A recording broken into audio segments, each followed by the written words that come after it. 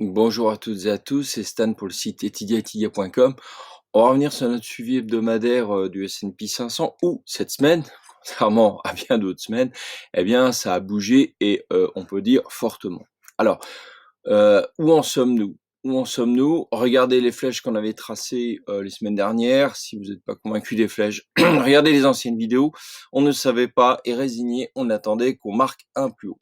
Et là, manifestement, nous avons un plus haut puisque on a sur 2 séances tapé fortement. Quand je dis taper fortement, c'est qu'on a des séances significatives, très négatives, moins 3,2 et moins 1,38 pour des indices, c'est très important.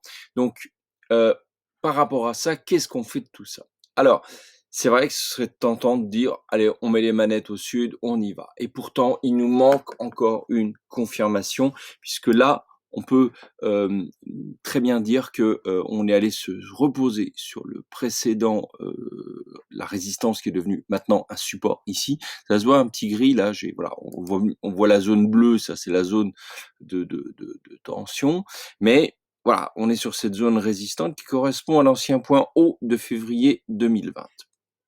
Bon, certes, ça a été dépassé, mais il est très probable, n'oubliez pas une chose, c'est que dans notre approche chez Etydia, on aime bien se faire l'avocat du diable. C'est-à-dire que quand on a une hypothèse, on met l'hypothèse inverse sur la table pour voir quelle serait la possibilité. Ça vous donne une situation de vue neutre qui, ne vous emporte pas trop fort dans une conviction et ça, c'est un gros danger en trading, c'est de s'auto-convaincre et d'alimenter sa conviction à un point déraisonnable.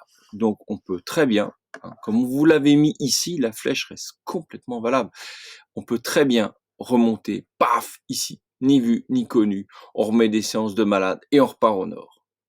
Voilà le danger. C'est pour ça que là, oui, c'est vrai qu'on a eu 2 fortes séances.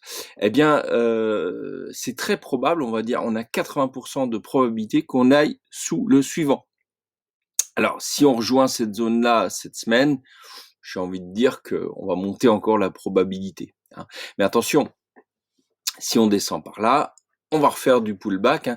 Les choses ne descendent jamais en ligne droite, hein.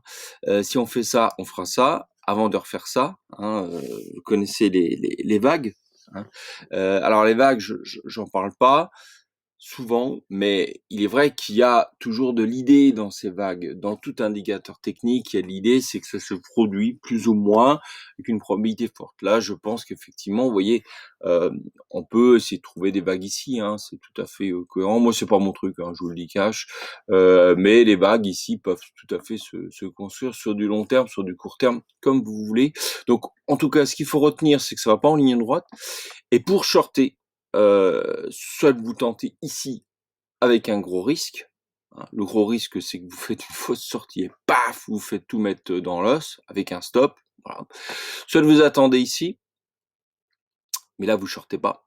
Vous attendez le pullback et ici vous re-shortez. Ça, c'est pas idiot. Là, vous avez le minimum de risque à ce niveau-là. Donc, le S&P, pour l'instant, il y a strictement rien de gagné. Il va falloir encore des preuves et des preuves. C'est tout un système qu'on doit renverser. Je me permets quand même de vous rappeler une autre idée. Nous sommes baissiers long terme, mais pour argumenter notre baisse, je passe en weekly. Et je rembobine sur 10 ans.